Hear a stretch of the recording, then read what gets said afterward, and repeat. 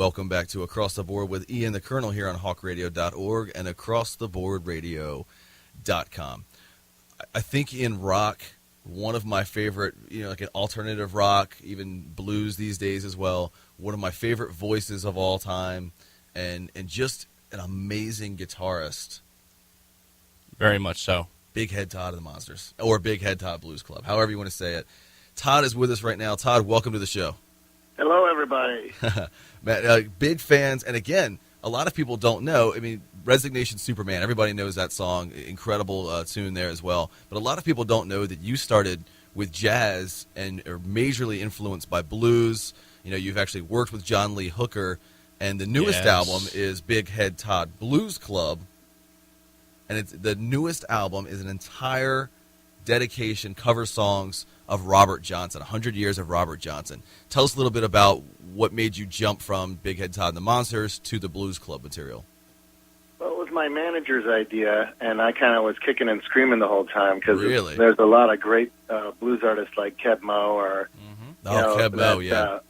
breathes Delta blues, and I really didn't have a lot of knowledge about blues music. In the Robert Johnson period, the 20s and 30s. Right. And so it was a bit of a learning curve, a little bit of a schooling for me, if you will. And my life really has been changed by it. I've really just been deeply affected by it. And the whole experience was really extraordinary. We were able to be out with David Honeyboy Edwards and Hubert Sumlin, B.B. King, Charlie Musselwhite, a bunch of folks, and it's really had a huge impact on my life. Yeah, I can't imagine sitting on. I mean, these guys are living legends. Honeyboy, I mean, this guy, unbelievable, and like John Lee Hooker, all these guys that you've worked with, absolutely amazing. Really looking forward to this weekend. Obviously, people listening all across the world right now, but we happen to be pretty stoked because you're playing in our area in the Mid-Atlantic in Annapolis, Maryland at Sandy Point State Park at the Chesapeake Blues Festival. And this thing is not only incredible for the lineup that it has, and Big Head Todd is headlining Saturday night along with the Tedeschi Trucks Band, and then Johnny Lang, good friend of the show, is up there Sunday. But this is also a charity event. So this is a huge thing. Some of the charities, multiple charities actually involved in this, including End Hunger, We Care and Friends, the Johns Hopkins Cleft and Craniofacial Center, and Special Love, all of these things. How much does it mean to you, Todd, to be a part of something that is such a big charity event? Obviously I love it for the music, and, that's the biggest reason why I'm there, but it's always an incredible bonus when you get an opportunity to help people out, and so I'm thrilled to hear about the charities that are involved with it. For sure. Todd, when you're thinking about what you want to do with the future of the band, when you're thinking about where you're taking the direction, how much does your past and your experiences come into play with that? I mean, when you're affected so deeply by blues music and being able to hear John Lee Hooker, because I'm a huge fan of John Lee Hooker myself, and I remember the first time I heard you guys do Boom Boom, I was like, this is just going to be a phenomenal song. How does all of those influences finally push you in a direction with the creativity of the band? Well, it's pretty profound. I mean, and the fun thing is I'm continuing to learn a lot every day about it. And, my trajectory is kind of like I started with Chicago electric blues, and then ended up in a rock band somehow. Did that for 20 years, and now I'm back into a Delta blues mode now. So it's coming full circle for me. That must be nice too. Then you don't get burnt out. You're playing different genres, and you're constantly learning, and you're being challenged. I mean, you're a multi-instrumentalist. I mean, you play the keys, saxophone, the guitar, and an amazing voice as well. So that's with all of those instruments, including your voice as an instrument. Which is your favorite to play? Is there one that you get more passion from? Yeah, the biggest thing for me is singing. I can let everything else go. I think what I really have to offer is my voice, and that's one of the things that, that I enjoy the most, I feel the most comfortable with, and, that I really feel confident about. And Resignation Superman, by the way, again, a major hit, but one of my favorite bass lines of all time as well. I'm learning to play the bass guitar right now, and I'm just trying to learn. It's too fast for me, but I'm getting there, man. Yeah, every time I hear that song, but it's a song that just lasts forever, and has almost all of your songs do. I mean, just incredible songwriting, and that's something that we are constantly harping on here at Across the Board. That it's obvious when artists put time and care into their work, into their craft, and becoming better instead of just fulfilling a record contract. Nice. Yeah, well, that's what it's about. So. Yeah, we appreciate that. Now, Todd, I know you're big into Stratocasters, Telecasters, which are obviously Fender brand. Now, I have heard, I'm asking, I don't know if this is true or not, I have heard that you actually used to play G&Ls as well. Is that correct?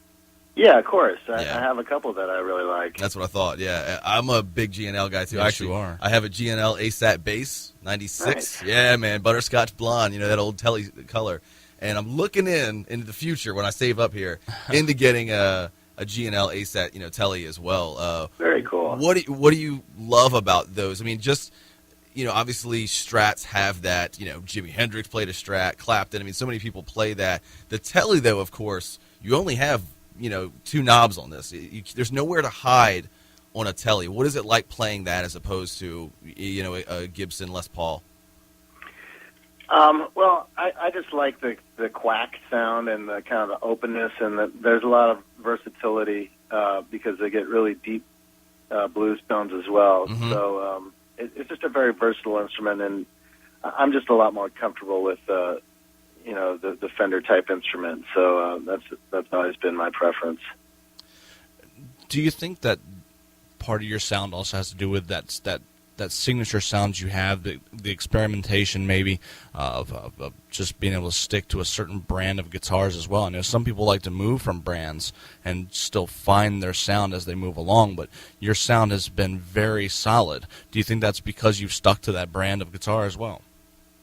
I guess so. I mean, a lot of it is just focusing. When you have something that works, stick to it. I always am experimenting, trying to find new things and new instruments, but nothing just works as well for me as a Fender type guitar. So I'm kind of stuck in that zone. I've been playing a lot of acoustics these days, so I've been collecting old National and Gibson acoustics, and that's kind of been my latest passion guitar-wise. Yeah, see, that's the thing. When you listen to blues, you have B.B. King and stuff like that, and you hear it, and you're like, this is amazing. And that is that electric blues, again. Mm-hmm. But that old Delta stuff, like Honey Boy, when you hear this guy play, he could play a beat-up, old busted guitar with just a few strings on it and make it sing. And I think that's amazing, with no Pro Tools, no overdrive pedals, nothing, that they can just, it's an amazing talent. How do you feel, I guess, what is that feeling like for you playing that Delta acoustic stuff versus electric?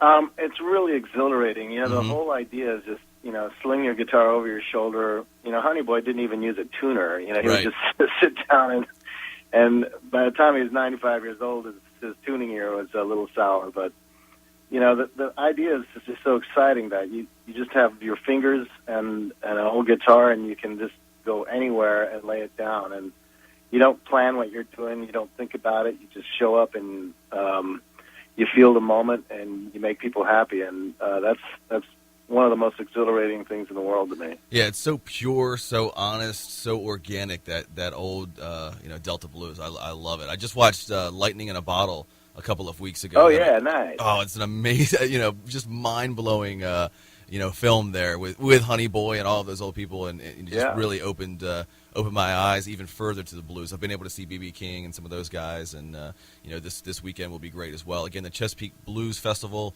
It is a charity event down in Annapolis, Maryland, so that'll be pretty cool. Now, you're touring. Actually, let's go back chronologically here.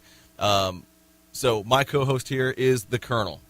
Right. That also matters to you because you guys toured extensively in the late 80s, early 90s in a van. You drove this thing over nearly 500,000 miles. Yeah. The van was called the Colonel. What's the story behind that? It's a 77 Dodge van. Sweet. It's a mustard color, and there's a little hot dog stand in Boulder called Colonel Mustard. So nice. That's where it got its name. Colonel Mustard. That's not even remotely close to how I got mine.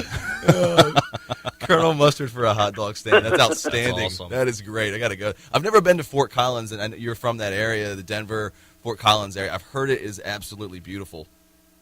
Do yourself a favor and get out west, bro. Yeah, that's what they say, man. I've bypassed it. I've gone right to California and, kind of hit the coast and all, but I do need to check that out. It's You'll love it. such a cool, laid-back place and a great place for live music, I understand. It's kind of like an Austin, Texas, just a little cooler. It is. Somehow it's an extraordinary environment for music, and there's some fabulous venues there. A place called Red Rocks, which I'm going to be playing next month. But it's a musical place. Lovely mountains, lots of sun. Speaking of Red Rocks, you had a live show there in 2007. I thought this was a really cool thing. As digital files, and everything's digital nowadays, nobody knows what a CD is anymore. You guys actually recorded that show, and that was a charity show as well. You do a lot of work for charity. That was a charity show, and then immediately after the performance, you actually sold that show on flash drives to the crowd as well. I mean, that's such a cool thing where people can instantly take that home. How has, you've been around for several years now, and you've seen it go from even cassettes. How has digital media changed things for you and the way you make money and the way you produce your albums? Well, I think it just makes things a lot quicker. Obviously it's upended the business, especially from a major label standpoint. Right. But just for music in general, it's really fabulous. I oftentimes just hang out at home and flick on my webcam and record stuff on YouTube or whatever, and nice. And then people are able to interact with and respond to the stuff I'm doing right away, and I get music out that way. So there's all kinds of ways that we try to get music out to our fans, and the digital world has just helped us, in my opinion. You're on tour right now. You're going to be on. You got the charity event coming up this weekend in Annapolis, and then you're on tour for the Last Summer on Earth tour with Bare Naked Ladies, Blues Traveler, and Cracker. To me, that could be the best show of the summer, just the best tour of the summer. That's everything I remember about the '90s was those four bands: Bare Naked Ladies, Blues Traveler, Big Head Todd and the Monsters, and Cracker. Cracker, friends of the show. I've got to find a way to go to this show. Yeah, you can actually go. There's a Big Head Todd fan pre-sale coming up soon, but the website is Last Summer on Earth for that tour. Yeah, that's right. What's it like to be on tour with these guys? To be, this is to me, this is four iconic '90s bands. What's it like to be selected to be a part of that tour? Well, it's going to be a blast. We've done a few shows with all the above, over the past year, and so it's going to be very comfortable. I'm really close friends with John Popper of Blues Traveler, and expect a lot of intermingling with the musicians. Nice. And obviously, we've gotten great response from it. It seems to be selling really well, and I think it's going to be a really popular show. So get in on it early because it's going to go. And all iconic bands, like you said, Colonel, with a very unique sound from the 90s. There were a lot of bands that sounded the same, but Bare Naked Ladies had a sound. Blues Traveler, Big Head Todd, and Cracker all had that unique sound that I loved and I still love. That music holds up over time as well. Absolutely. And again, the Big Head Todd's website for Big Head Todd and the Monsters or Big Head Todd Blues Club is Big Head Todd with two D's, double D. BigHeadTodd.com. And again, the newest album is 100 Years of Robert Johnson. You can see him on tour on the Last Summer on Earth tour. By the way, they just obviously that's a reference to the Mayan apocalypse and all this kind of stuff. Yeah, I heard they just said now that's not going to happen. They found an earlier calendar and all that stuff. But still, hopefully, you can still sell a lot of tickets. It's the last show you sell. So Todd, taking on that theme. If you knew the world was going to end in 10, 15 minutes, something like that, what is the last song that you would want to hear? You can hear it, you can perform it, yours or anybody else's. Last song. Wow. Jeez, that's quite a question. Hey, we try. Holy cow. Well, I've been kind of a Charlie Patton fan lately, so probably one of his songs. Big Jim Lee Blues is one of my favorites, so nice. I'll go with that. Awesome. Again, another unique. We've been asking this question for 3 years now and have never had the same answer twice. I bet you haven't. Yeah. We even have people say silence. Yeah, We've had all kinds of things, but that's I love that one. We've got to get this album together sometime. That Songs to Die put together By. a collection of songs that everyone said. Right? Yeah, I know. That's got to happen because there's some great music. Or get these bands to cover it. Just make a massive list of get Todd to cover that. We'll make it happen, Todd. An end time superset. Yeah, exactly. A big box set. Todd just got executive producer. Right, there. executive producer for Todd. Yeah, absolutely. And again, LastSummerOnEarth.com and BigHeadTodd.com. You can see him anywhere. Todd, we are major fans, and go see him this weekend. This weekend, not just absolutely. anywhere. Go see him this weekend, especially For sure. See him multiple times. See, that's the thing with a band that's playing the blues. They will sound different every time you see them, and we always talk about music shouldn't just be heard; it should be experienced. Right. Go see bands live. We'll be back here in a few minutes with Ian the Colonel, the man, not the van. Still covered in mustard, oddly enough, though. On Across the Board here on HawkRadio.org and AcrossTheBoardRadio.com.